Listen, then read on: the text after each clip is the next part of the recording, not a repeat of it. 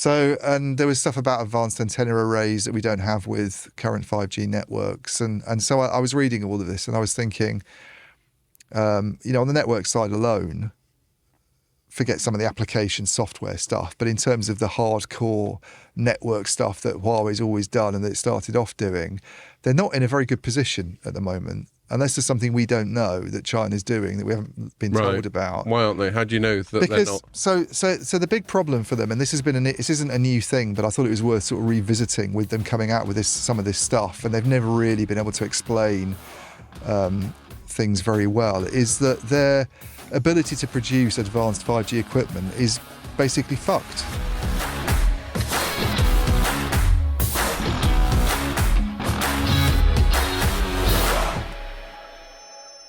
Hello and welcome to another Telecoms.com podcast. Absolutely lovely day in London today. We're recording this on a Friday, but we're a little bit late because we had lunch with Red Hat. So shout out to Amy and I've forgotten the name of the other people we were having lunch with. Can you remember their names? No, that was your job. Oh, sorry, Red Hat. That's a good start, Sorry, Red Hat. Sorry, Red Hat. But the other two people were great.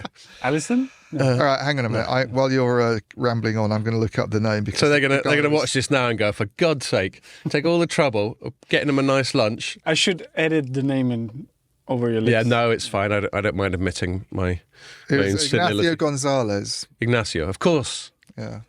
And did we get the name of? I didn't remember the name of the other person. Sorry, who was there? But that yes, sorry. All about right. that, Well, but 1 out of 2. he was the main man. He was the Red Hat person. What was for lunch? I had a veal milanese. Ooh. And I had something called a fatina. I think it was called a fatina or fatini. It was basically like a potato pancake, but made with chickpeas. I know it sounds like an odd thing to order. And then there was like... Sounds gassy. Yeah, it might be. I don't know yet. I'll report back next week. We're stuck in here. We're stuck in this hermetically sealed chamber with someone who's just had Pulse surprise for lunch. And there was like ratatouille with it. Oh. And it actually reminded me of Slovak cooking. It's very much like that. Yeah. Kind of rustic but cool and potatoey. And we had a couple of pints, so one or both of us might have to interrupt this pod at some stage. We'll see how it goes.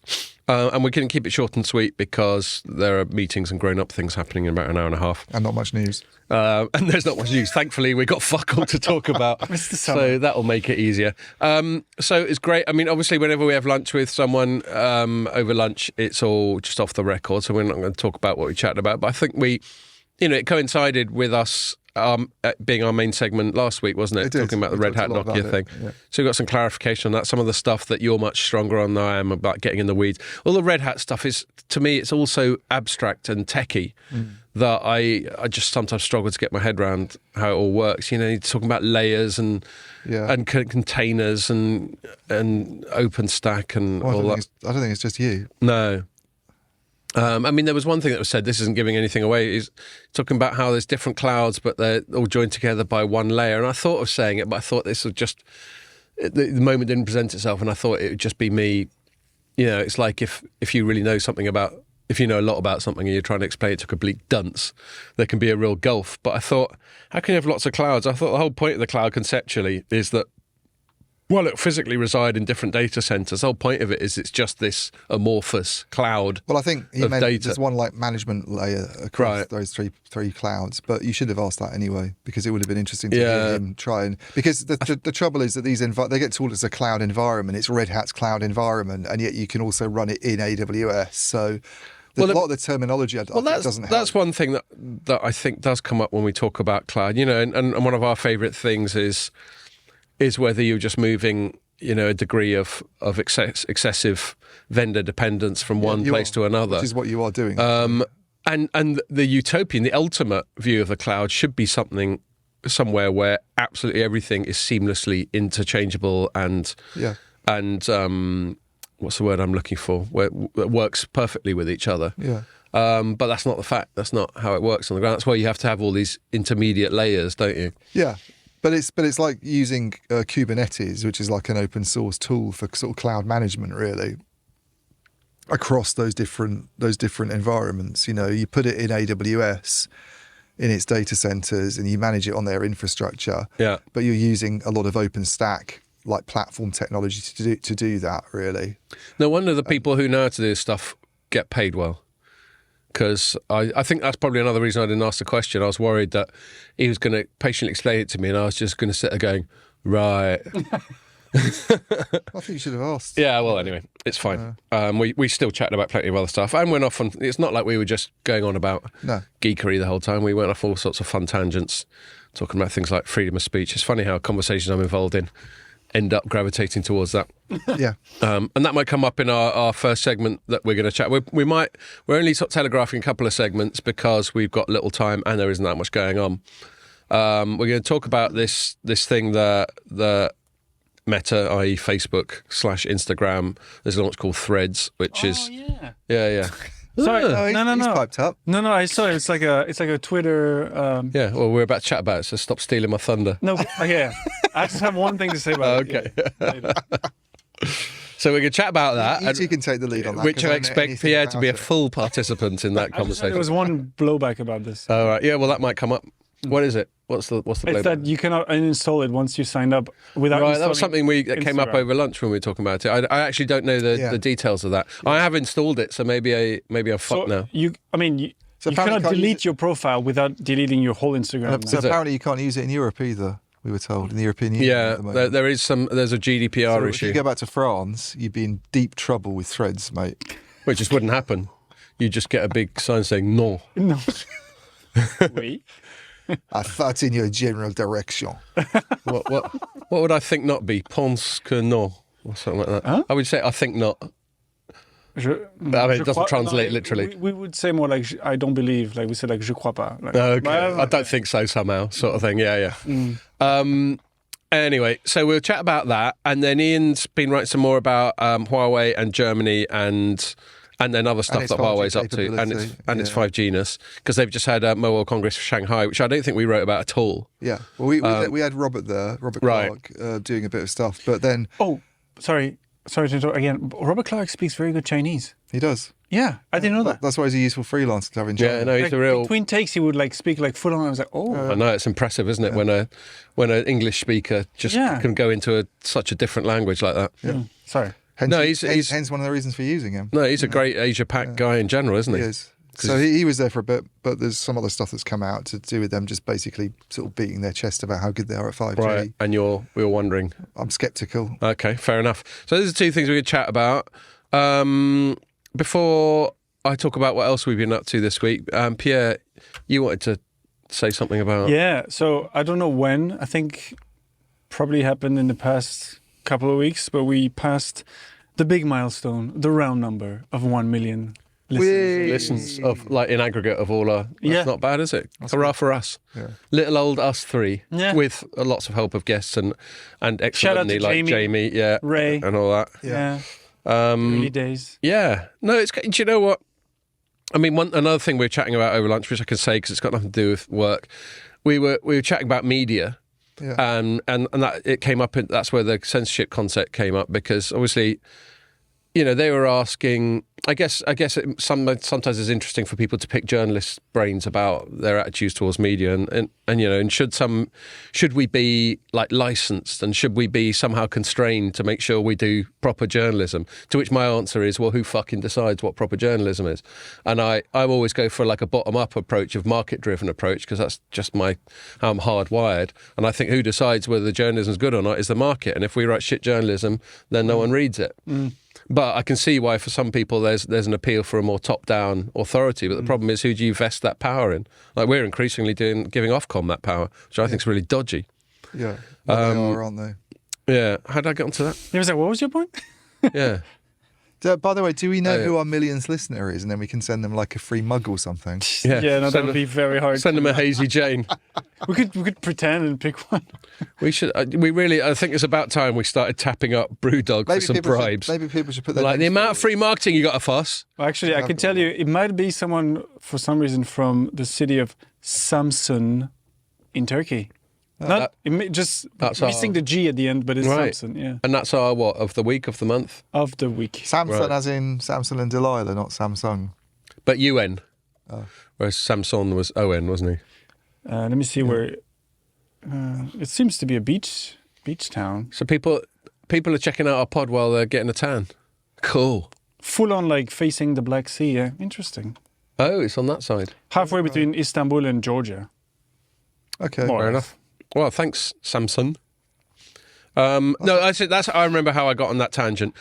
Just podcasting in general. So one of the things we were talking about with the media, I say one of the things that kind of supports my bottom-up approach, my market-driven approach, is that this growth of independent media, whether it's, you could argue we're independent media, even though we're owned by a FTSE 100 company. This is a standalone little podcast that we could just as easily have done if we were 3 freelancers, and the output would be pretty equivalent. Yeah.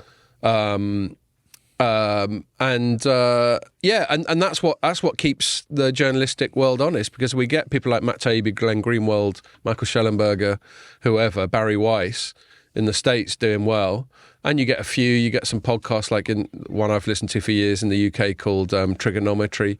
You got these independent producers, and if the audience is the ultimate judge, and if the audience goes there, then that's it. Then that's the right way of doing it. You don't need a top-down adjudicator. What's funny is that, sorry to finish the tangent, is when the two merge together, like Sky Sports has this thing called The Overlap, where they invite all the YouTube guys. I see. And so Gary Neville from Sky Sports, the official chatting guys. to some rando YouTuber. Random, I mean, is it? Because probably got a big audience, yeah. Millions of views, and so they talk to each other, and it's interesting. Yeah. Gary Neville.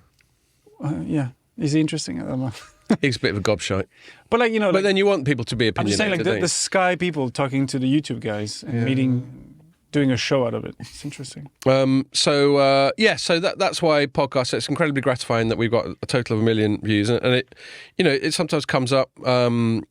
So, like, before we get onto the main stuff we're going to talk about, we obviously said last week we were going to go to Wimbledon. We did that yesterday. That was a great day out, wasn't it? Thanks a lot, Vodafone. And that was really cool. And we managed to get centre court tickets, although I had to do a bit of begging to get my centre court ticket, because it was basically lucky dip when you turned up, whether you got centre court or court 1. But centre court is where there were 2 British men's games going on, so I wanted to see those.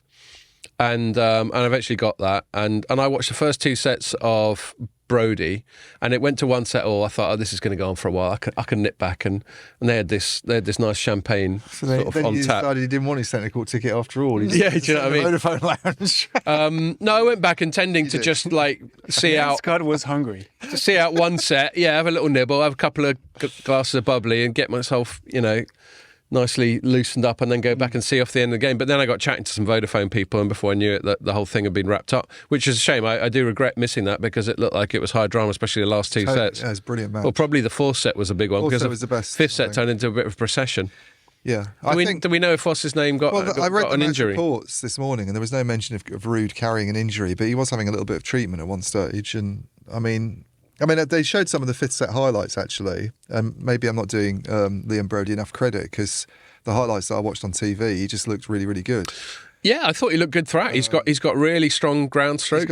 He's got a big forehand. He's left-handed, which is a bit of a help in tennis anyway. Right. And he's pretty good at the net. He looked really good. I mean, you get a different perspective watching the TV highlights from what you saw. And I remember thinking, he looks good live. But then you sort of watch it again on TV, and you're thinking, what is he? And he looked brilliant. And our seats, we ended up sitting next to each other for the Murray one, but we were right near each other, and we were sort of on a diagonal. Yeah. So, like at the French Open, we've been really spoilt. People listening to this going, all right, shut the fuck up. I know you get some jollies.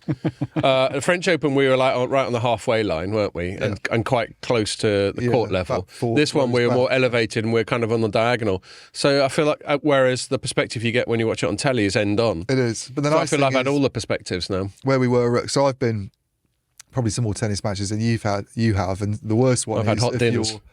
Where we were more or less, but really high up, which I don't think you're in that much danger. I mean, if you're right at the back at centre court, I can imagine it feeling a bit like that, maybe. But if you ever go to the O2, and they don't do the tennis anymore, but they used to have the ATP World Tour Finals there, and you're right up at the back, which I have been.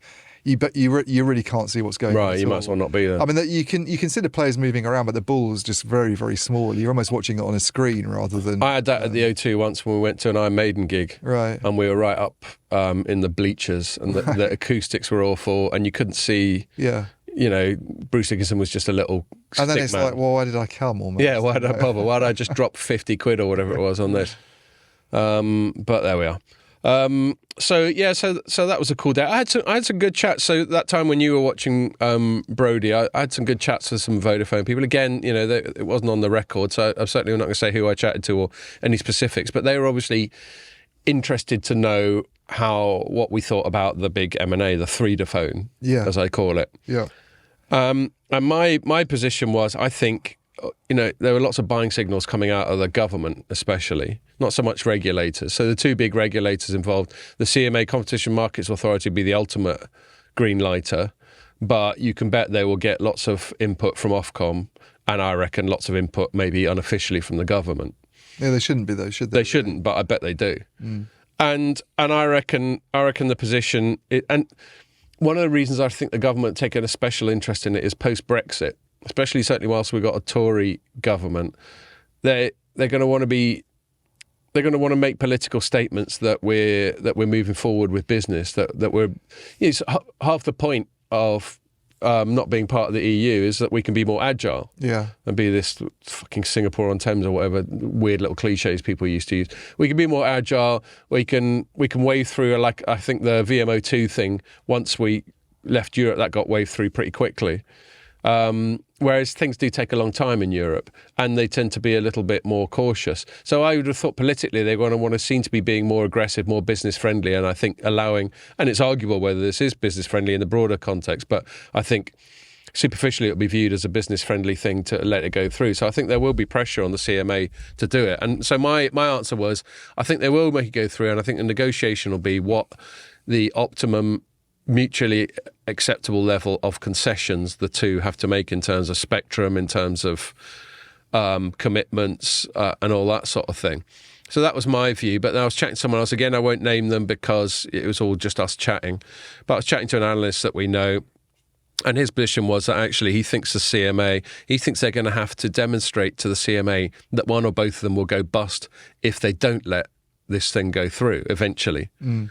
And I thought, okay, that's a good point. I hadn't thought of that. But then I mentioned that to you, and you weren't so convinced because that's not supposed to be the purview of the CMA. I mean, I whether or don't not they'll know go bust, is enough about, to be honest with you, what these particular organisations do to really know if they'd look at something in that way. But I'd be a bit surprised in a way if they would, because they have a specific job to do, which is to look at whether a merger is damaging to competition. Hence the name of the thing. Yeah, they're not supposed to think about things like job losses, for instance. Even I don't think that's very much a political consideration. Is where the jobs will go. I mean, I don't know if it's a bit different in the States, because I know there was a lot of lobbying that went on around the T-Mobile Sprint deal about how it would create jobs and it wouldn't actually. But I think, again, that was a political thing. I don't think it's the way that a competition regulator it should exist in a vacuum. And you made the really good point of pointing out that Activision Blizzard thing, where the CMA blocked it in a way that was probably quite politically contentious. I would imagine it was, because, and then there was, I mean, Microsoft was obviously very unhappy about it, and I think it even came out Activision even more so. It was Activision that was really throwing its toys out of the pram. And both of them sort of saying the UK is obviously not a good place to do business. Yeah. We won't be doing work there again. We'll be investing in facilities elsewhere. Yeah, they're like these stroppy little kids, really, sort of stamping their feet and crying and obviously, I think from a government perspective, you probably feel that people like Rishi Sunak's, got clenched buttocks, and he's thinking, "Oh shit, what's the CMA just done?" I try not to think about his buttocks.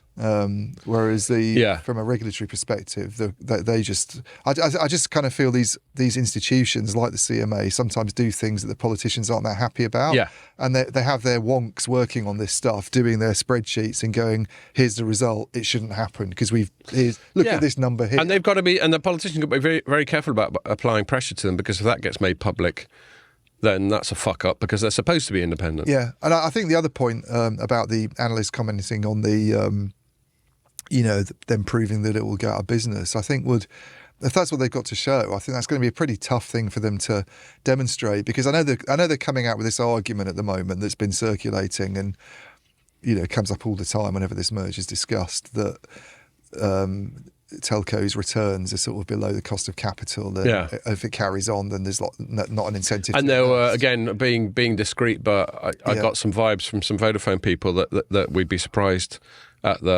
once you get to the bottom line, the sort of margins that they managed to eke out Right. how small they are. Yeah. Well, okay, but there's quite a long jump from that sort of situation to going out of business. Yeah. And there's all sorts of ways you can address a problem with cost of capital. It doesn't mean if that's the situation that you're immediately out of business. Yeah. So Vodafone's been going for like 30 years. Yeah, you could just say these companies have not been very well managed, and there's other things they can do. And there's another argument that goes round that. I mean, I used to know somebody who was sort of involved in the CMA, and I remember sort of chatting to him in pubs about the O2 3 deal that got shot down by the European Commission, but the CMA I think was very much in agreement. And I remember talking to him and sort of saying, pretty much coming out with this argument, trying to defend the telco's point of view that you can't have too many networks because it becomes hard for them to make a return. Yeah. And all right, you don't want to. There is obviously an optimal level. There's an optimal level, and his view was, I mean, he's very much on the press side, but he kind of scoffed when I said that, at this notion that you could possibly have too much competition. And I know there's it becomes quite philosophical, but I know there's a view that if you reduce competition, then companies maybe have less incentive to invest and we know a monopoly's bad for that reason. Monopoly's bad, and they're looking at it partly from a consumer perspective. Politically it's awkward. In a way, it might be more awkward to let it go through than it would be to allow it, because on the one hand you show yourself to be open for business, but I don't think the general man on the street who's not involved in the telco sector looks at things that way. He looks at it, this big merger's happened, that's more bloody job losses, isn't it? In a climate where they're already talking about AI, and all those cost savings won't end up going on lower bills. They'll just go to dividends, right? Or whatever. And let's remember Pay these off debt, companies more likely. have just jacked up their fees that they charge quite dramatically. All, by the way, applying exactly the same formula to do it, which I think is very, very cartelly. dubious. Yeah. That was never, I don't think, very well looked at by regulators, that one, this inflation plus 3.9% thing that they all seem to have settled on, every single one of them. So I think politically it's awkward to allow it in a way. Although maybe that coincidence is a product of regulation. Maybe that's what Ofcom said your ceiling is. Inflation plus 3.9%, so they all went for the ceiling. Well, if that's the case, they've not said that. Right. But not that I'm aware of anyway. Okay. So, and it's been quite controversial in the press. But the thing about telecoms is because it's so heavily regulated and because the barriers to entry are so high, it isn't a pure market at all. It is a very artificial, very manipulated, constrained market. Yeah. So I suppose all I'm saying is, while it does seem superficially cartelly, there might be reasons why things that seem cartelly happen in a market that is so sort of manipulated. Yeah, maybe, for sure. But I just think I think on the political side, there's things that are on both sides of the case that are awkward. Yeah. And but one other thing I'll say. Sorry, carry on. No, it's probably all right. One other thing I'll say, perhaps indirectly in favour of this analyst who said they got to prove they're going to go bust, is I suppose they could say indirectly, if we go bust, then that will reduce competition. So maybe that's where the competitive angle comes in. Yeah. But that's it's an even bigger leap, isn't it? Yeah, yeah. So yeah, I still reckon it'll go through. I know it's combining two MNOs, which we haven't done before, but they let BT buy EE, they let Virgin Media and O2 merge. Yeah. I think it makes sense to have a third really strong player. I think 3 is probably enough. We always argue about the magic number. Yeah. I reckon, monopoly definitely bad, duopoly almost certainly bad, triopoly, if that's a word, I think it could still function in a competitive way, especially in such a heavily regulated environment. Do you know what I think one of the problems with it is? That I don't necessarily think it's all to do with being pro-business, this deal. I think there's this perception at the moment, because 5G's become such a big issue, and everybody's like, oh, you need 5G to have a strong economy because it's so central to economic performance in the future. We've heard this argument for a long time. And look at China, they've got like millions of masts and they're already rolling out something that's almost 6G. And look at the US, where they've made all these investments and they only have 3 big operators, and yet we're stuck with 4. I think there's this. The politicians might think that if they are putting pressure on the CMA, that if you go down to 3 and you create these 3 big mega companies, even though they're not really going to be mega companies on the scale of a China Mobile, obviously, that you create an environment where those three companies can do pretty much what T-Mobile US has done or what China Mobile's done, and roll out 5G more aggressively and have this. So do you think the move in the States has actually been bad?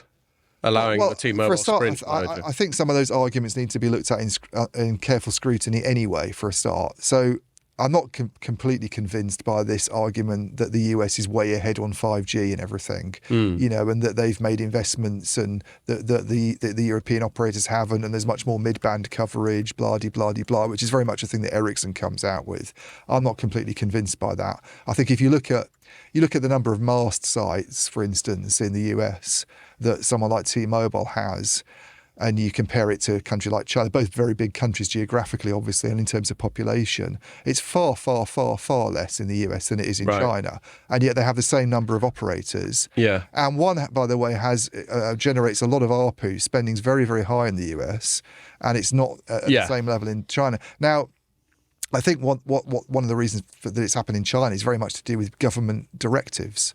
It's like, why is all the NB-IoT and Cat-M subscriptions concentrated in China rather than other parts of the world? Didn't know they were. It's because the government has said, you need to roll out NB-IoT and Cat-M because we need to give those technologies a boost and give the companies developing them a boost. And we need to have IoT and we need to have infrastructure in place that allows us to spy on people and et cetera, et cetera. And you need to buy all your stuff from Huawei, by the way, and don't get any of it from Ericsson. I mean, we're never going to have a situation like that in the UK just because we've got three operators. Yeah. So the rationale needs to be looked at quite carefully. If they think they're going to create conditions like they have in China, where the three operators become public clouds, because they're almost doing that at the moment, they're setting themselves up as cloud companies as well as investing in AI and doing all sorts of other things that you see some of the Asian operators do that doesn't happen in Europe. I personally don't think that'll happen. I think they could be heading for a big disappointment if this deal goes through. Because one thing they might be expecting is, let's let it go ahead and then let's look at this wave of 5G investment that happens. And all of a sudden, they become these ridiculously healthy companies and we get 100% 5G coverage and you can go to the Scottish Highlands and get a 5G signal. I think that's absolute bullshit. I could see this going through, and what happens is nothing, very much. I see. Companies' margins improve a bit. Yeah. There's a small improvement. Maybe prices go up a bit. I could see there's a real risk that not a lot changes in terms of. Do you think my 50 quid's worth of Vodafone shares will go up at all? I mean, I'll tell you one thing that won't happen is that this is going to improve the investment profile of any of those companies. Right. It might do in the run up to it, the way that happens. But long term, looking at telcos and their fortunes, I don't see this making you're probably right. It all feels like a sticking plaster thing. Just like I think this might be something else that came up over lunch. Or maybe it was conversations I had yesterday. They all merge into one for me, especially the amount of bubbly I got through yesterday. That merge will come out with I never felt that pissed. I must have drunk over the course of the day a couple of bottles. I didn't feel very good when we were watching the Murray Tsitsipas match. Yeah, I was still all right. I felt a bit sick at one point almost, like I was going to actually vomit on the person's head in front of me. Very Wimbledon gentleman. All right. Because it wasn't just the alcohol, it was being quite stuffy. Yeah, breathing there very well. They closed the roof before it started. It wasn't ideal. I almost had to sort of get up to sort of go and get a few gulps of air, but the tennis was so good I didn't want to miss anything. But anyway, I think a conversation I had just how operators they've kept doing this thing of like selling the family silver, selling buildings and leasing them back, selling passive infrastructure and leasing it back, and all that sort of thing. And I bet all that continues after a deal. Yeah, when you do feel that they just keep salami slicing, and it just feels like firefighting. Yeah, none of it's a solution. It's just a more short-term cash flow thing. Here's the other one. Are they going to stop whinging? So apparently one of the reasons why they're moaning about big tech at the moment and fair contribution is because they don't cover their cost of capital because of all those nasty big tech players using all that data traffic on their networks and driving up costs for them horribly. And they have to make all these investments and therefore they're not making a return on the investments they make. It's also unfair. And it's also unfair. So if this the rationale for this deal is that it will address that problem, right? So does that mean they stop whinging about fair contribution if the problem goes away with this deal? Well, probably not. But then the fair contribution, funnily enough, doesn't really apply to us, does it? It's an EU thing. But the UK operators are also and obviously Vodafone is a pan-European operator. And the UK operators might have a slightly different. But this perspective deal on it. itself is a UK deal. It's a UK deal, I know. But all I'm saying is that the UK companies, most of which, by the way, are European companies. No, Most of them are European, have European assets. They're part of European groups. Yeah. It's only BT that isn't really. No? Yeah. So you've got Telefonica Orange, and Liberty Global BT. in one. Yeah. You've got Three. Oh, I see. You're talking you've about got the UK potentially Three and Vodafone in the other. They're basically pan-European groups, aren't they? Really. Three's in Italy. Where else? Yeah. I don't know. Probably not as many as it used to be, but Austria maybe. I don't know. Anyway. CK Hutchinson seems to have lost its appetite for UK telcos. But I mean, and BT I know also has a position on fair contribution. I mean, it's more nuanced, I think, and actually more sensible in a lot of ways, I think, than the stuff that you hear from the big telco groups.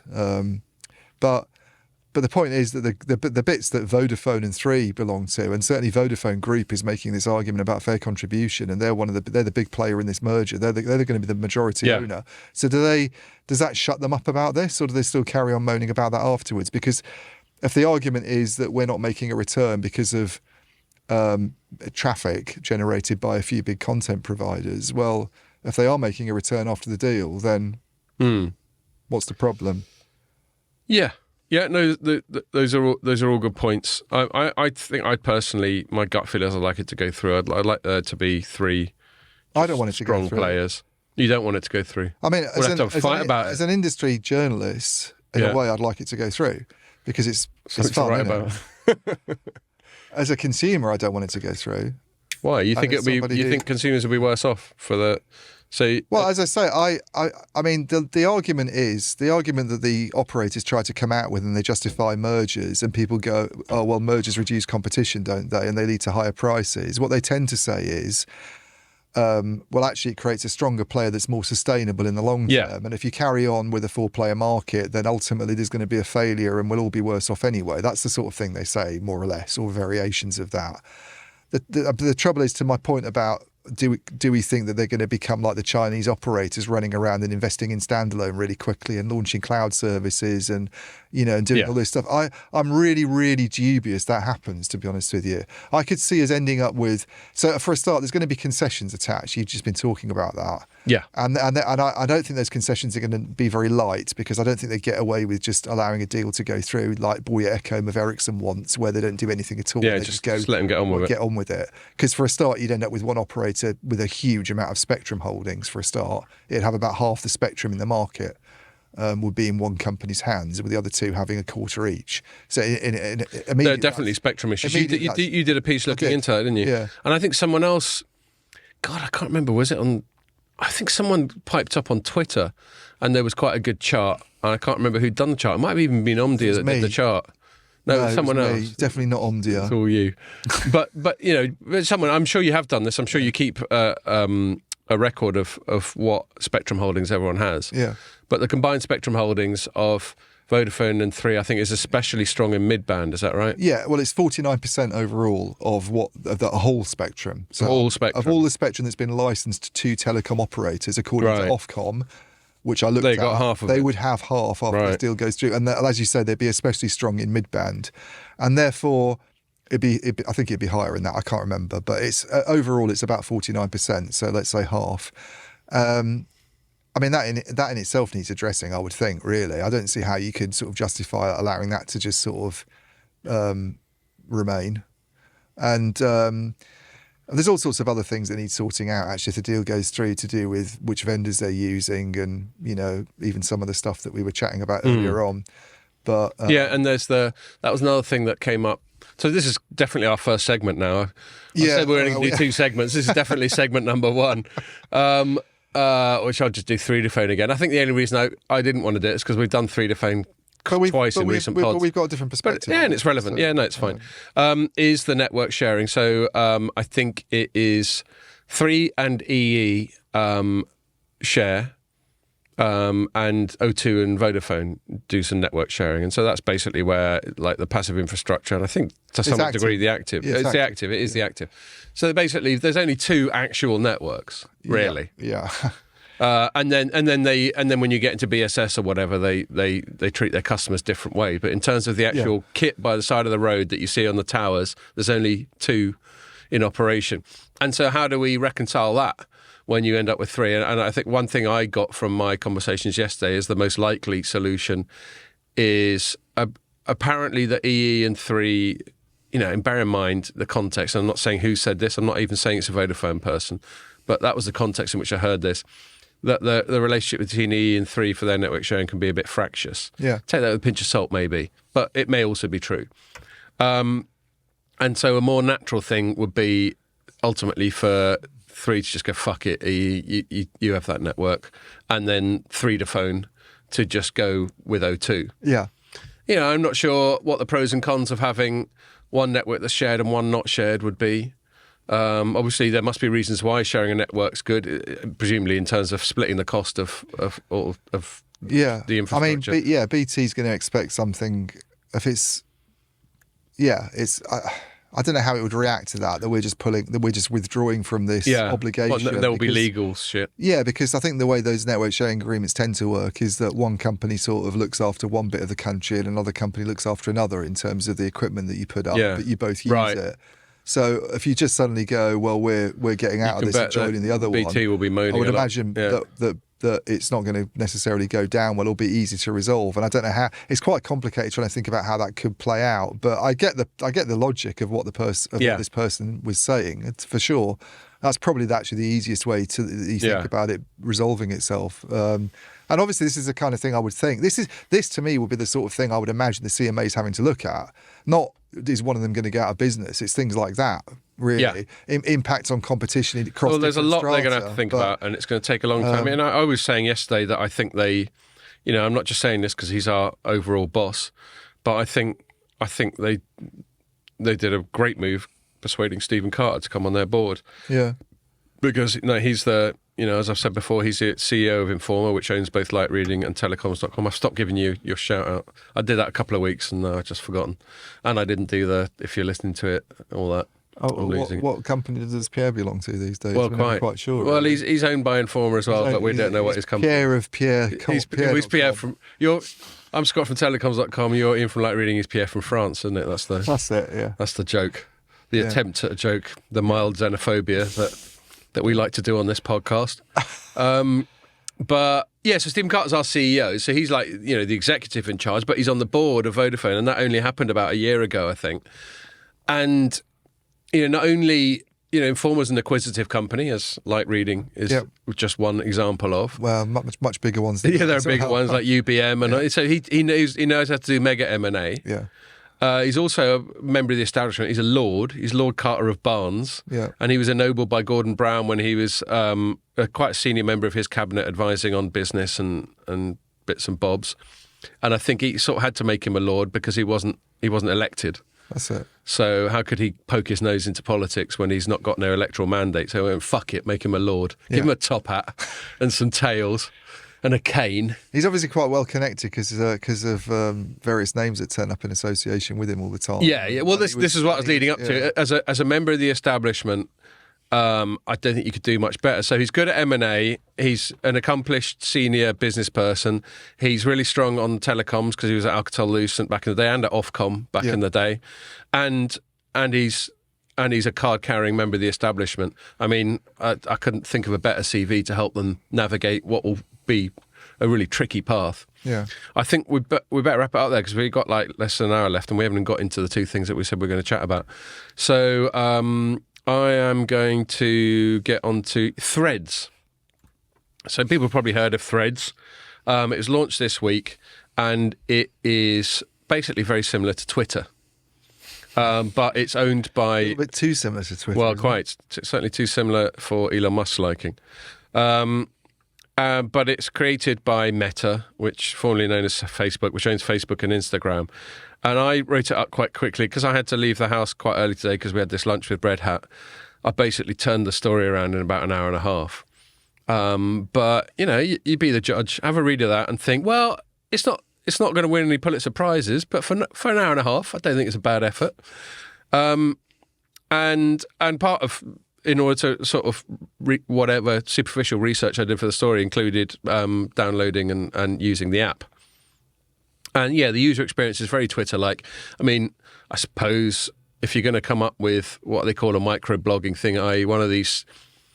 It's what's novel about Twitter, and there are other things like it, like Telegram, which is popular in Russia. There's Gab. There's a few other things. But they're all going to have a similar format because the whole point is that you follow people and you see these threads, appropriately enough, or streams or whatever, of dialogue they do, and then people responding to it. And it's hard to think of a better format for having live electronic real-time discussions than the Twitter format. So I suppose if you come up with something that's going to rival Twitter, it's going to end up being a bit like it. Yeah, I'm going to talk about that. So Pierre's just showing me about them getting sued. And so they've come out with it.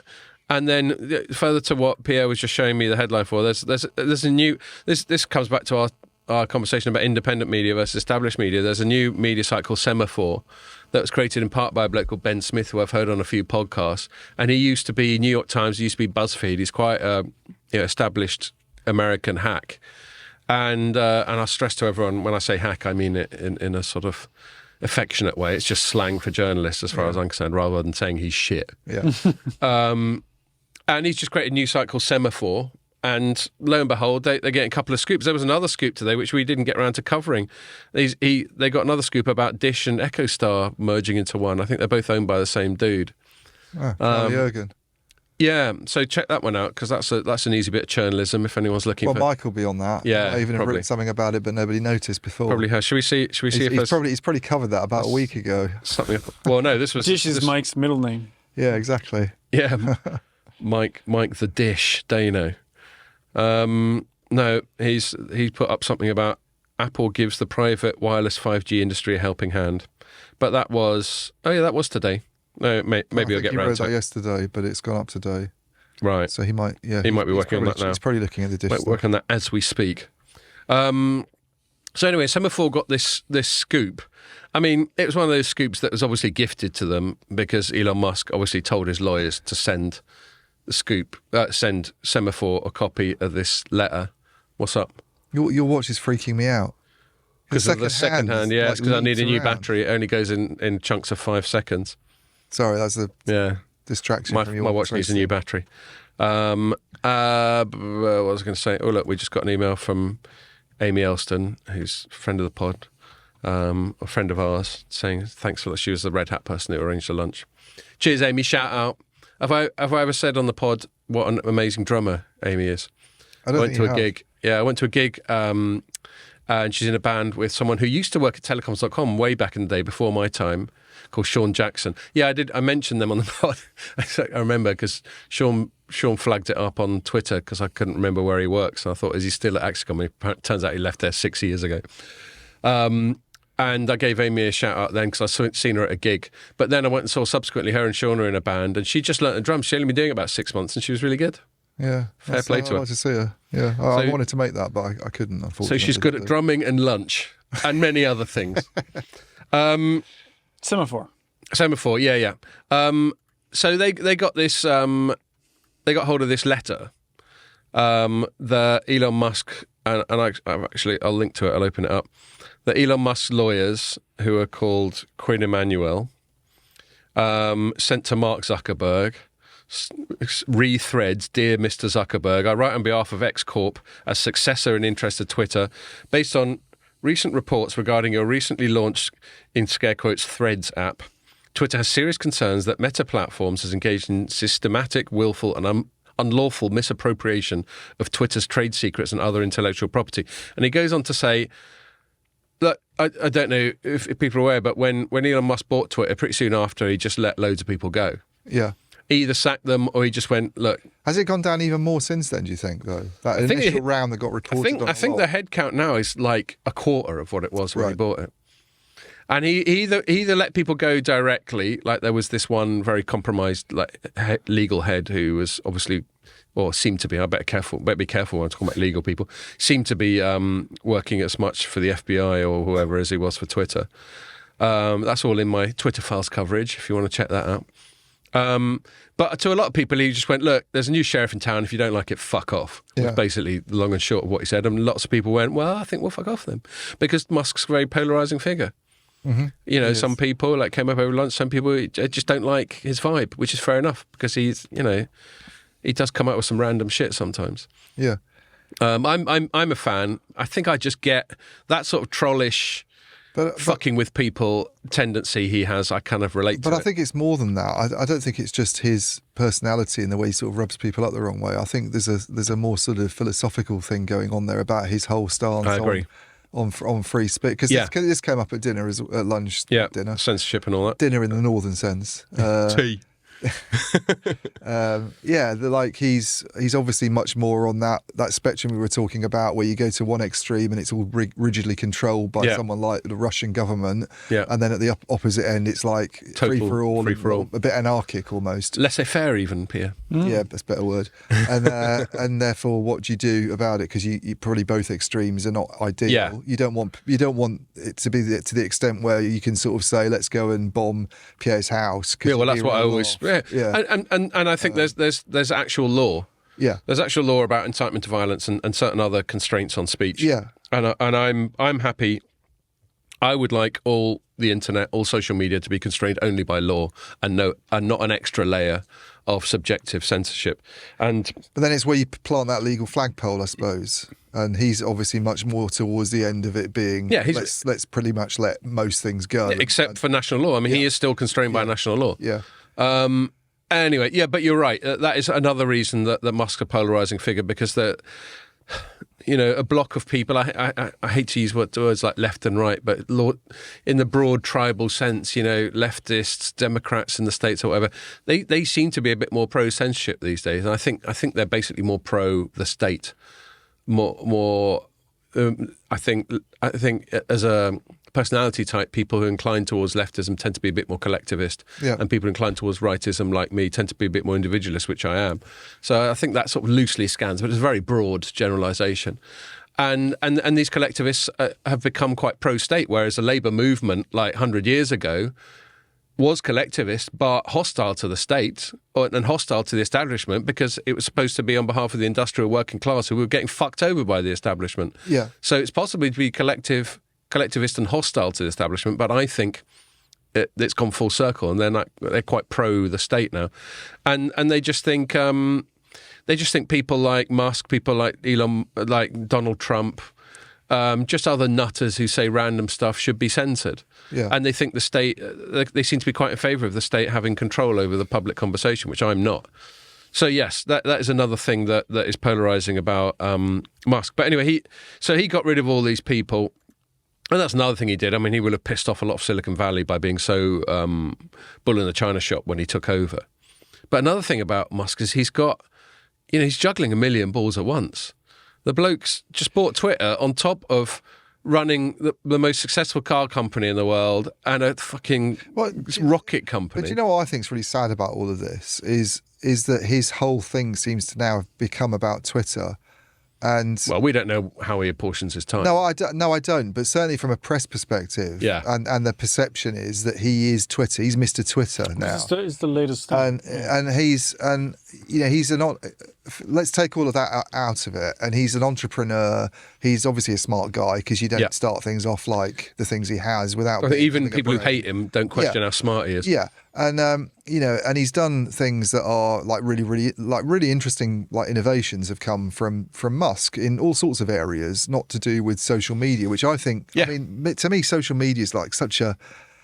I can't stand it. I really can't. Yeah, well, you don't really use it, do you? I don't use it, and I find it like it's one of those horrible distractions. Oh, it's a horrible time hog. I mean, I don't use not very useful. Like, I don't use Instagram. My wife's sometimes going, Jesus Christ, I've got to stop using Instagram, because it's one of those things where you get onto it. But by all accounts, I don't use TikTok. Apparently, TikTok's even worse, because the algorithm's so effective at saying if you like that, then you might like this. Yeah, but this whole conversation. I've never touched it. Yeah, about these two tech billionaires. One of whom went to MIT and the other one didn't, but he's like incredibly amazingly talented guy who could invent things that they could come up with cures for diseases probably if they put Right. their minds to it. And the whole mission about going to Mars is just You just think fascinating. this is when you all think about- frivolous? and they're doing stuff. It's like putting 2 billionaires on Love Island or something. Or getting 2 billionaires to have a cage Well, fight. getting to have a cage fight. He'd do something like that. How ridiculous would that be if something like that happened? No one would even it'd consider be it. mad. Well, Zuckerberg is handy at jiu-jitsu. Well, he's like black belt, BJJ, as No. Russell Brand calls it. He's not black belt.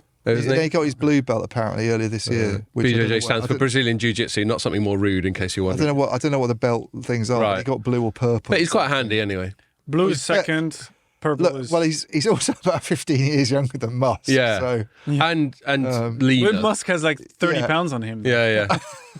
Well, I think Musk's... well, his thing is to lean on people. Yeah, he like, said- sit but on he said people. that. He said Yeah. a tweet that he's got this move that just involves lying on someone. Yeah. You see, that's... That was when sorry, you were talking about MMA, but Ngannou against Stipe, the first fight. Right. Stipe basically Miocic. just Miocic. lean on him, Right. and then he tired him, even though he was Well, much smaller. Talking about like UFC, I saw one tweet from Elon Musk where he was getting trained by George St. Pierre, who's like one of the best ever. Yeah, And I think there was the guy who trains... is he actually? No. Well, there was a photo of them together. And to what extent he was being trained up by him, I don't know. There was a photo of them together with George St. Pierre, Danaher, I think is his name, the guy who trains Conor McGregor. The Irish guy, Yeah. And then there was Lex Friedman, who's apparently quite handy but he's mainly a podcaster. But he rolled with Zuckerberg. there There's we a are. video of it. Oh, that's right. Yeah.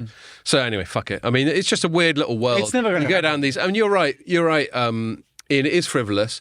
I mean, there are some of us who, perhaps me more than you, kind of enjoy that frivolity. But then I think I'm a bit more like that. I just talk shit, and I can relate to people who just like to keep things silly. I mean, I like the to and fro and the Yeah. and the arguments they're having, and is our platform better than yours? Have you nicked people? But Yeah. But for it to be all about this end product that is, as you say, incredibly frivolous and Yeah. I mean, the thing that I find funny is like when Twitter first came around, people used to really sort of be quite critical, scathing about it. Really, it's like this thing that people are tweeting that they've just taken a shit, or I just got out of a lift in a really tall Well, the cliche building. always used to be breakfast photos. Here's and what stuff. I ate for breakfast. And Yeah. it still gets used for a lot of that stuff. And I know it's moved on from that, and you have people using it as a platform to news. It's oversharing. But Like, who there's a lot- cares about there's a you? lot of oversharing on it, and most, actually 95% of what is on there is just utter rubbish, really. Yeah. Still, and it's and then the other thing that's nasty about it, going back to the free speech thing, and is that it's all become. It just seems to bring out the worst in people. I agree. It's I'm not not an active user of Twitter at all for two main reasons. One, I agree with you. It's a foul place. Yeah. And if you try and put forward a good faith but contentious point of view, like, I don't know, like this week we've all been venerating the NHS because it's 75 years old. They even had a church service for it, Yeah. which is quite fucking bizarre if you ask me. And then you got the something like, I NHS, noticed. that useless service. Well, there we go.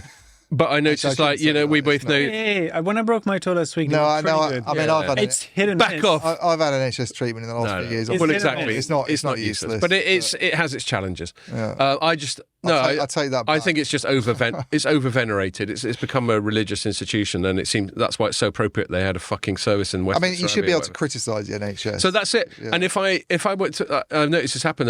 A journalist we both know, and I think we both like, called Kate Andrews, who writes for the Spectator. I think she's put some stuff up that's quite sceptical about the NHS, and then everyone's been piling into her on Twitter. How There's dare just so you. much Yeah. bad faith Yeah. stuff and ad hominems, and just I mean, I had a whole thing in my book about the techniques that people use on social media that are bad faith. Yeah. I remember it. Yeah. Yeah, I basically created a website called Virtu, which is just a site that teaches you, like, the cheats, how to win at the internet, basically. Yeah. Anyway, enough self promotion. And I'm sure, but I think another reason I don't do I was going it. to say about your book, the Virtue thing, though. But I mean, that was clever because there's probably quite a lot of that does go on. I bet there are people who just sit down and work out the best way to exploit Twitter. I or think some people are Threads. very tactical on social media, and they know that's where you see so many rhetorical fallacies like ad hominems going on. Yeah. They know they're ad hominems, but they do them anyway. Yeah. So, and then the other reason I don't go on it is, like, on a day like today, if you like, we have all these beers now, and then I go out after, and if I'm looking at my phone at sort of midnight and I'm shit faced, the last thing I want to be doing is tweeting then. Yeah. Because that's one of those, like there was that episode of Family Guy, and there's been other comedy skits about it where you just do one tweet and then your life's over. Yeah. So anyway, all those I agree. I better steer it back because we've got so little time. Just to finish off this letter, basically, long and short of it is that Musk let all these people go from Twitter, and then Zuckerberg, not unreasonably, went, well, we'll fucking hire them then. Yeah. And then we'll get them to make a Twitter clone. Obviously, they would resist the description as Twitter clone. They call it Threads. They say it's its own. It's a person in its own right. Wouldn't there be like what's it called, garden leave period? Yeah, well, so there will be some sort of contract law about all that sort of thing. But what Musk's lawyer is alleging is that there's outright industrial espionage going on. The people went on. They actually took intellectual property with them. Musk doesn't run a very tight ship. I bet you he didn't do a great job at removing everyone's access privileges to certain things. But then you never know. It could be 3D chess. Maybe he was laying traps for them, and now he's got this paper trail of these fuckers dipping back in. Who knows? But the allegation is that there's industrial espionage that went on. So what, he thinks they're going to just shut it down? Well, he's saying pack it in. And then he's going, in the final paragraph, it says, please consider this letter a formal notice that Meta must preserve any documents that could be relevant to a dispute between Twitter Meta and or former Twitter employees who now work for Meta. This includes unlimited documents, blah, blah, blah. So then you, like in America, they talk about discovery, where you have a legal case where you're obliged to hand over emails and conversations and documents. If there has been some kind of industrial espionage, and I'm certainly not saying there has, Facebook's lawyers, but hypothetically, if there had been, you'd think they would have covered their tracks very fucking well. Yeah. Like they wouldn't just have ex-Twitter employees walking into the offices with suitcases. Hard drive suitcases full of Twitter letterheaded paper, and exchanging like confidential documents over their Slack channels or whatever. But you never know. So I think it's gonna kick off. Obviously, I imagine Facebook and Zuckerberg will have anticipated this challenge. There was a thing. How many people has Threads got, by the way? When did it launch, and how many has it got already? It's got like about 10 million yesterday. No, it's 30 million yesterday. 30 million. Yeah. Wait, 30. Yeah. Oh. In how long? Oh, it was in 10 a day. within the. Oh. Yeah. Fuck. I think it was 10 within 10 hours then. Something like that. Well, I had to. One thing they can't do, like I like to embed tweets and they give you an embed code. It's bots. They haven't got embed code. This was like, when I published this, which was about 11 o'clock this morning, there was I presume they call it a thread. I don't know why I'm from surprised. And it said, wow, 30 million sign-ups as of this morning, and that was 17 hours ago. So that was 11 this morning. This is now 3:30 in the afternoon. So let's say 24 hours ago, Zuck said they had 30 million. Well, so let's assume Twitter only has 60 million active users. Twitter's got about 200 million active users. I think there was like 200 to 250. Oh, okay, but which isn't very much. Okay, and a lot of those sign-ups. I mean, it's a lot, but it's not a lot in terms. It's not like Facebook, which has got over a billion. It's not a lot in terms of Facebook, or in terms of it being what what Elon Musk has described it as the sort of digital town square or whatever. Because if you think about how many people there are on the planet, and 250 million in the context of, I still think it's the closest. Well, in this room alone, nobody uses it. So, well, hang on a minute though. Well, but I use it as a spectator. I just don't use it as a poster. I don't even use it at all. Since this thing was launched, the only people I've met have all seemed to have like either signed up to it or looked at it. He's signed up to it. But I did it mainly for the purpose of writing this story. The pub have got it. You haven't because you're French and it's not allowed. He does live in England, to be fair. I'm just not interested. He doesn't commute over. Doesn't commute over from Boulogne. But 30 million sign-ups doesn't mean 30 million daily active users, obviously. No, yes, that's true. But yeah, how many people like rush in to book the because they're just curious. Yeah, or they just want to see. Yeah, I'll sell you. Well, and it's incredibly easy to do because it just migrates all your stuff from Instagram, so you don't even need to create a new account, really. By the way, the Twitter 250 million, which I think it's a little bit less than that, but that was the last time that they publicly reported their daily active users. So who knows now? It's gone now. Sorry. Who knows what it is now that Musk's taken it over and done things to it, done unholy things to it. Indeed. Well, I think it has fallen off. A lot of people are not happy about it. But other people might be happier. Yeah. Well, I prefer Twitter as it is now to how it was then, because people would get chucked off, like this. This is not obviously a rabbit hole I want to go down to ever, let alone now with our time-constrained environment. But we've got how it's a real political football, the whole trans thing. Yeah. You'd get people getting permanently banned from Twitter for saying a man isn't a woman or something that was previously just considered the most anodyne, pointless, redundant thing you could say. And that the only reason I bring it up is that's an indication of how politicised it got. This thing that someone at the top had decided, no, that's a political statement, will then just unilaterally chuck people off. And there's no right of reply, there's no appeal, there's no 3 strikes or anything like that. Yeah. So I'm quite pleased that he's let it be a bit more of a Wild West. But there are downsides to that, I won't deny that. So anyway, the long and short of it is this will probably drag on. Presumably Zuckerberg's not about to take a backward step. Maybe they say whoever wins the fight gets to keep. Yeah, well, I was just about to speculate about that.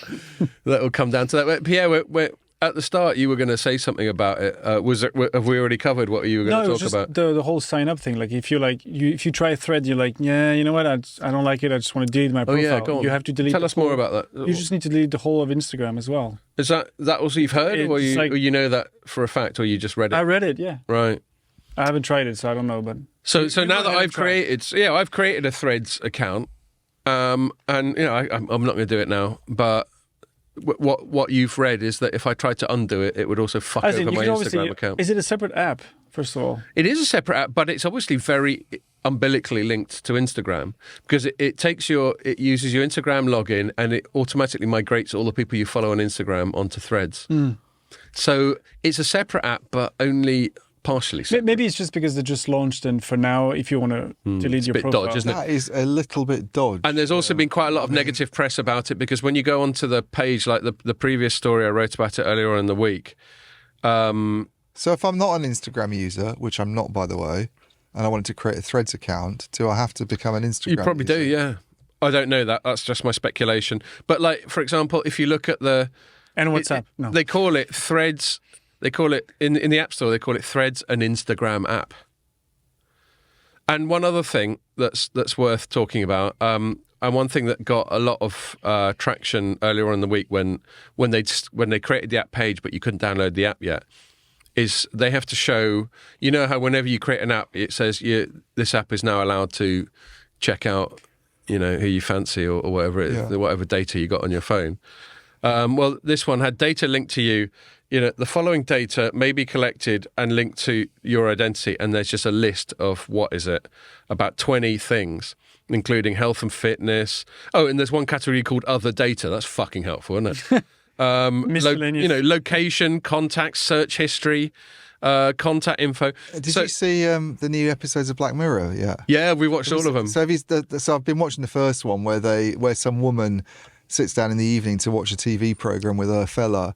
And it's like there's this program starring Salma Hayek called Joan is Awful. Her name's Joan, and she's got the same hairstyle. It turns out that the program's about her. The program's basically the day she's just had, and completely ruins her reputation because her workers see it. Yeah. And then she goes over to complain to a lawyer about it, and she said, "Well, when you signed up for all these social media apps, you gave them control of your and data, all the EULAs and the T's and C's." And I just thought this is brilliant. I only saw the space episode. Holy shit. That's from back in the day. You mean the Josh Hartnett one? The one they have the surrogate. Oh, sorry, yeah. I haven't seen that one yet. What did you think of that? Did you enjoy it? The ending was dark, brutal. Darker. Oh this series of Black Mirror. I mean, there's a name, there's a clue in the name, but it's especially dark. The endings in previous Black Mirrors, there's normally some sort of slightly uplifting bit at the end, whereas these ones they've just gone, no, that's it. Yeah. But it doesn't deal with it. It almost doesn't really fit. Like it could have been better without. But they're like, no, we're going to make a point of making this super dark, and it's like, oof. What they really have done, it reminds me, to anyone who's watched The Sopranos, I won't give a spoiler, but the final episode of Soprano was quite divided a lot of opinion because it wasn't a neat and tidy ending. And they seem to have done that with every one of these Black Mirrors. It's just like we expect a sort of beginning, middle, and end of a given piece of like television art. Yeah. Whereas the end is sort of messy or loose or disappointing or inconclusive. And there's a part of me that quite appreciates that. It's a bit different. Yeah. But yeah, no, have you been enjoying it? Well, yeah, You I've enjoyed only Joan is seen Awful. That Joan is Awful. I haven't And you've watched seen any the of space others, one. but, Yeah, I've seen all of them. They're all good. I don't think any of them are as good as the best ones from the first 4 or 5 seasons. Yeah, But they're not bad. And they had a couple of ones that were a bit shit a few years ago. yeah. I think this isn't a bad effort, but some of my favourites from the original batch are still the best. But when you said the space one of my favourites from back in the day was the one where a guy sets up this immersive VR thing where he gets to basically be Captain Kirk from Star Trek. Yeah. That was one of my Jesse favourite ever Plemons. ones. Yeah. I think I've Very seen good. that one. Yeah, that's it's very really funny. That was from the last season before. Yeah. Was it? Yeah. Right, yeah, that's brilliant. No, they're really good. I mean, Charlie Brooker used to be a And tech journalist. He gets strapped in it or something like that. Something. That's crazy. right, yeah. Yeah. So maybe we've got great Spoiler things ahead alert. of us, Scott. Sorry. Are we what? Got great things ahead of us. Yeah, well, As creators of his foray into fiction's gone slightly better than mine. yeah. But that's fine. I'm not bitter. Right. That's we kind of done that, and we're running out of time. But yeah, we'll see how it goes. I'm not surprised that there's aggro, and it does seem a bit cheeky. I suppose that the other thing I want to say very quickly is, I just wonder what the law is in terms of intellectual property law. What are the boundaries? What to prevent you just ripping someone off? I mean, we've got no IP protection on this. If someone else wanted to go off and do the telecommunications podcast Yeah. and talk in a similar and have similar personalities to ours and cover a subject matter, we couldn't stop them. Yeah. But there does come a point where you do have intellectual property, and that's where lots of highly paid lawyers get involved. So on one side, I'm like, well, fair play to him. And I think Musk did. There was one tweet I embedded in the one I wrote today at the bottom, where Musk said in response to a story about Twitter suing Meta, he just went, "Competition is fine, cheating is not." Well, where is that line? But I can understand why Musk is miffed about this, because it does sound like a direct sort of copy of the format that Twitter came up with, even using Twitter people. And, it's not as though Zuckerberg doesn't have form, is it? Yeah. Didn't he rip off the whole sort of concept of Facebook from those two twins that were in the film? Winklevoss things. Yeah, but allegedly. And then he's got bits. Yeah, and he comes up with features that are similar to Snapchat or whatever. Is there any more of those? Oh, sorry, mate. Yeah. Do you want? So we've got. I'm not sure if I should be choice. drinking this much before a meeting with my boss. No, but I know. We've got a choice. We've got Punk. We've got Hazy Jane. And But I will anyway. We've got a neck oil. Do you want a neck oil? That's the weakest one, so you don't yeah, I love one of those. go then. mad when you're talking to your boss. Not even my Okay, boss. well, we better move it on because we've got 20 minutes left before said meeting. So you got about a quarter of an hour, Ian. Right. Why don't you get straight into What your am I talking about? I've forgotten. just Huawei and Germany and their 5.5G. Well, it was more about Huawei's the segment. Yeah, okay. There's various things going on with Huawei all the time, but we had that show in Shanghai last week. MWC Shanghai. And we apparently the first one since Lockdown.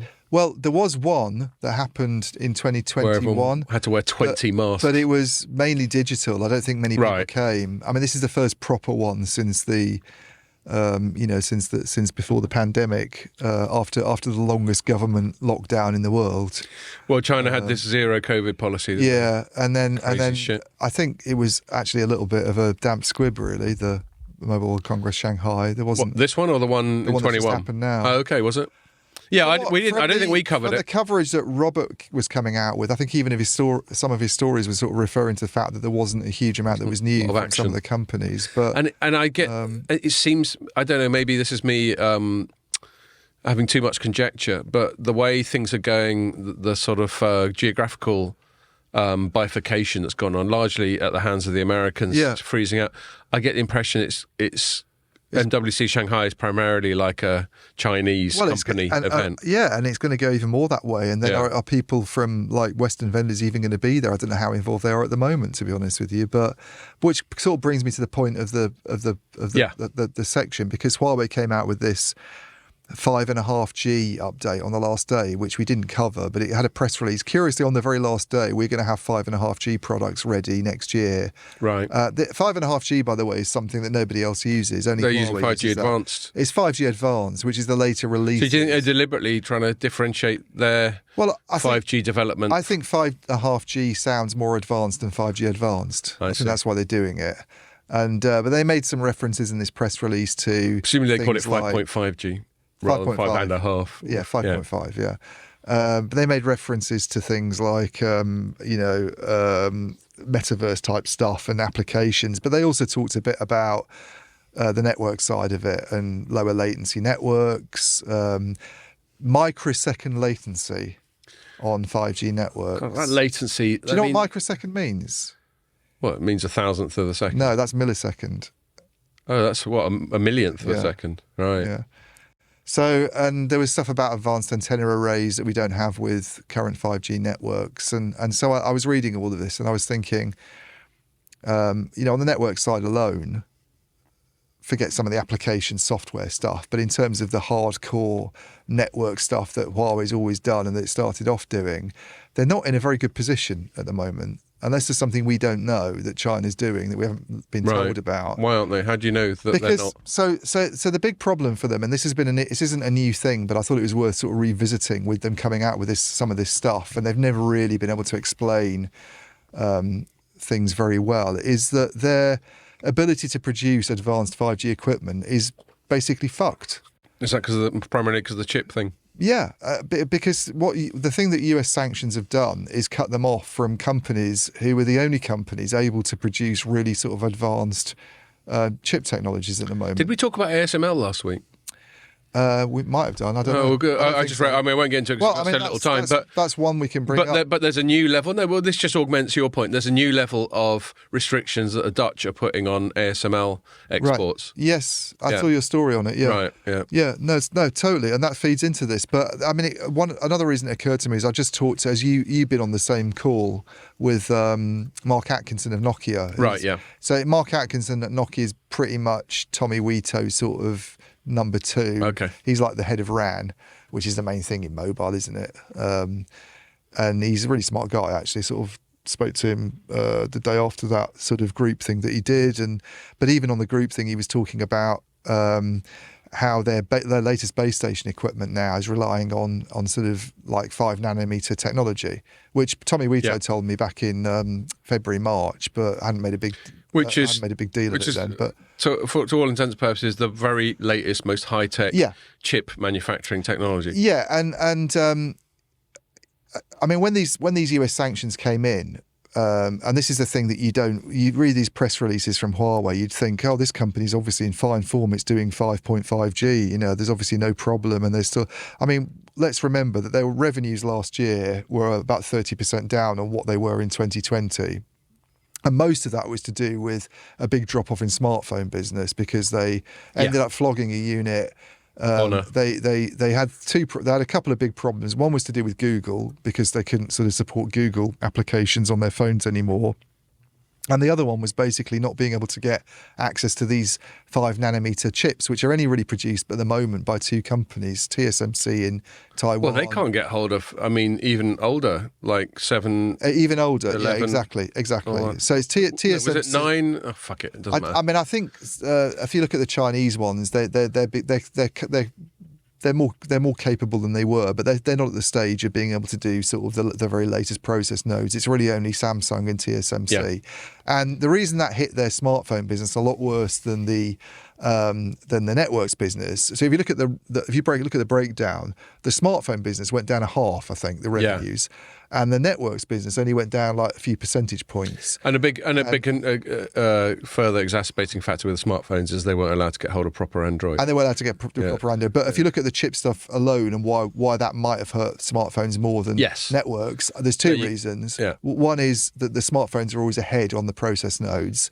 So when Apple started using these 5 nanometer that's normally where chips, the cutting edge ones go first. The base station equipment is lagging behind on that stuff. Yeah. And so that's one reason. And the other reason is I think Huawei shipped something like, 120 odd million smartphones in 2019, for instance, and 1 million base stations.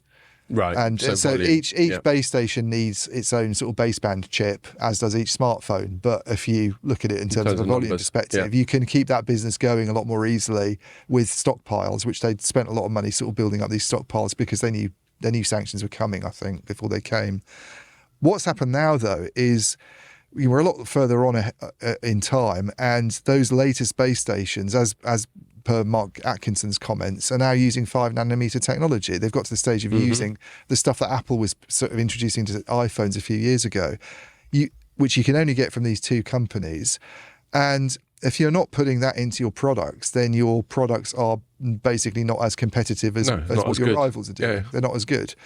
And therefore, anything they put out about product competitiveness these days, I really question their ability to sort of carry on producing this stuff. That circles back to your 5.5G chess beating. And to put it into sort of European context, I mean, I think one of the reasons why we've had all these government sanctions coming in some countries in Europe, and other ones have been a bit more sort of, as long as you get rid of it in the core, then we're not going to worry so much about the RAN.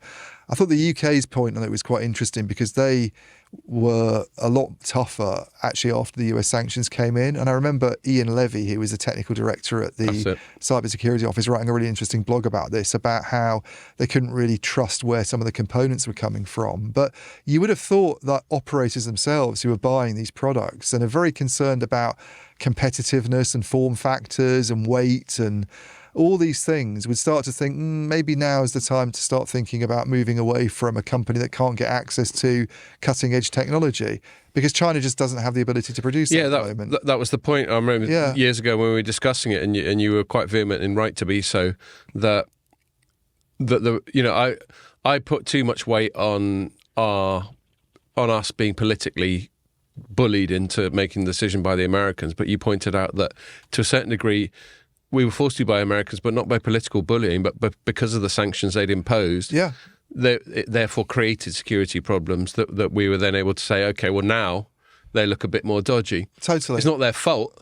No, but so if we give the Americans credit, they played a bit of 3D chess there. They went, I'll tell you what, if we stop them getting hold of this, then that's going to make the security profile more dodgy, which is going to make our allies do what we want. Yeah.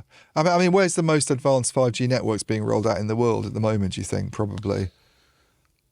I would have started with South Korea to start with. Probably, but I reckon probably India. Right. Well, that's certainly where a lot of the action's going. I mean, India's where a lot of spending's going on, and they're just doing it now. Whereas all these other companies, this is the thing, China's like way ahead in 5G rollout. You know, roll out this really extensive network. Well, they have, but they did it 2 years ago. Right. So how good is it now? Whereas India, and you look at how the specs have changed in those 2 years, and India's now just starting to put in all this mid-band massive MIMO equipment. And then the next stage that comes, the 5.5G or the 5G advanced or whatever you talk about, there'll be a new wave of equipment that will need even smaller chips. Mark Atkins says that we're planning on going even smaller than that in terms of the transistor size that's in the semiconductors. Well, Huawei can't get any of this stuff anymore. So their products are suffering. So you're right to be sceptical about that. With the little time we got left, I seem to remember... The Germany thing. Yeah, go on. So I mean, it kind of ties in a little bit, but there's obviously a lot of criticism of Germany at the moment because the European... We talked about this in the pod before about the European Commission sort of going around and trying to get a bit tougher. You know, you shouldn't be using Chinese vendors, and you still are. I mean, the worst offender from their perspective is obviously Germany because it's the biggest country in Europe. Which is setting up a battle of wills between a nation state and the EU. Yeah, and all their operators have used Huawei and Deutsche Telekom, the incumbents, kind of heavily invested in it. I think it's about 60% of the network is the RAN network is Huawei, and it's about the same proportion of 5G equipment built out. It's an issue. And they've been very resistant to doing anything about it. And they put this blog up this week or last week, a few days ago, which I didn't get hold of. Who put the blog up? Deutsche Telekom. Sort of defending what they're doing. Their position. Yeah.